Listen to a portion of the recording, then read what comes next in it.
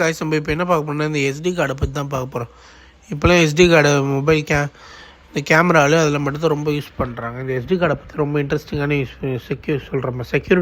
Secure digital கார்டை தான் SD card சொல்லுவாங்க. இந்த மைக்ரோ எஸ்டி ஹை கெப்பாசிட்டி இருக்கும், 2லேருந்து 32 GB இருக்கிறது. அதுக்கப்புறம் 256 GBயில் வந்து எக்ஸ்டெண்டட் கெப்பாசிட்டி எக்ஸின் இருக்கும்.